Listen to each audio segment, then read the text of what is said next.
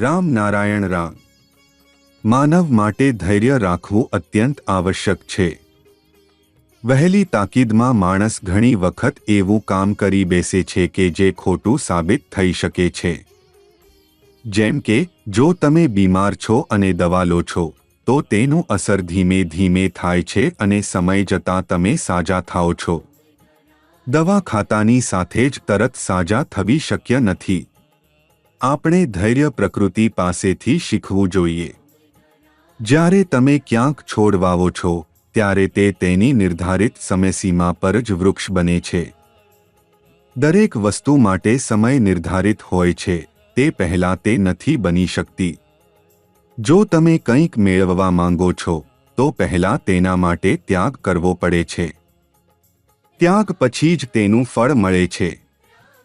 જો તમે ધૈર્ય ન રાખો તો જે વસ્તુ મળવાની હતી તે પણ હાથમાંથી નીકળી જશે. પ્રકૃતિનો નિયમ જ એવો છે, દરેક કાર્ય તેના યોગ્ય સમયમાં થાય છે. દરેક વ્યક્તિએ પોતાનું કાર્ય જાતે કરવું પડે છે. જો પ્રકૃતિ પણ માનવ જેવી મનમાની કરવા લાગશે તો પૃથ્વી પર કંઈ પણ ટકી નહીં શકે. જ્યાં સુધી તમે પ્રકૃતિના નિયમોનું પાલન નથી કરતા ત્યાં સુધી જીવનમાં સ્થિરતા આવી શકે નહીં. હવે જુઓ કે સમાજમાં એટલા બળાત્કારના કેસો કેમ થાય છે. તેનો કોઈને કોઈ રીતે કારણ માતાપિતાની ભૂલ હોય છે કે જે પોતાના બાળકોને યોગ્ય સંસ્કાર અને શિક્ષણ આપી શકતા નથી. જો બાળકોને યોગ્ય માર્ગદર્શન ન મળે તો તેઓ ભટકી શકે છે અને ગુનો કરી શકે છે. જ્યારે વાત પોતાના લોકોની આવે છે ત્યારે માણસ સ્વાર્થમાં પડી જાય છે. તે ઈચ્છે છે કે ફક્ત તેના જ લોકો ખુશ રહે. તમે જોયું હશે કે જ્યારે તમે તમારા બાળકનો શાળામાં દાખલ કરો છો ત્યારે ઘણા શિક્ષકો બાળકોને પોતાને જેવા માનતા નથી, માત્ર શાળાનું નામ બને તે માટે જ ભણાવે છે.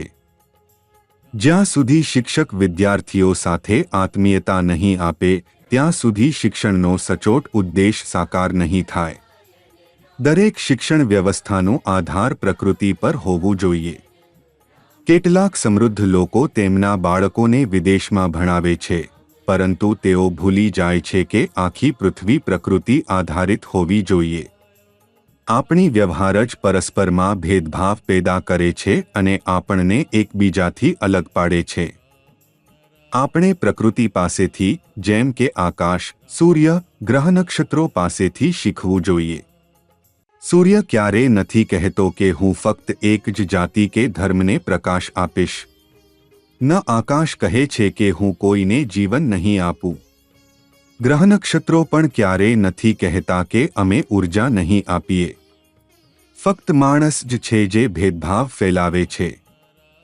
આપણે જોઈએ કે આપણે સૂર્ય, આકાશ અને બધા ગ્રહ નક્ષત્રોને આપણું આદર્શ માનીએ અને તેમ જ વર્તન કરીએ.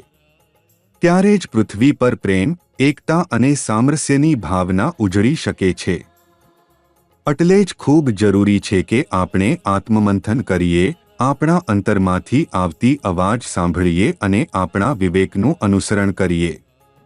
જેથી જીવનના દરેક કાર્યમાં આપણો વિવેક આપણને સાચો માર્ગ બતાવી શકે. સાથે સાથે રામ નારાયણ રામનું જાપ કરતા રહો, કારણ કે એવું પવિત્ર નામ છે જે તમારા જીવનનો ઉદ્ધાર કરી શકે છે. આ નામ તમારી ઈચ્છાઓ પૂરી કરે છે અને તમને તમારી આંતરિક આત્માથી જોડે છે.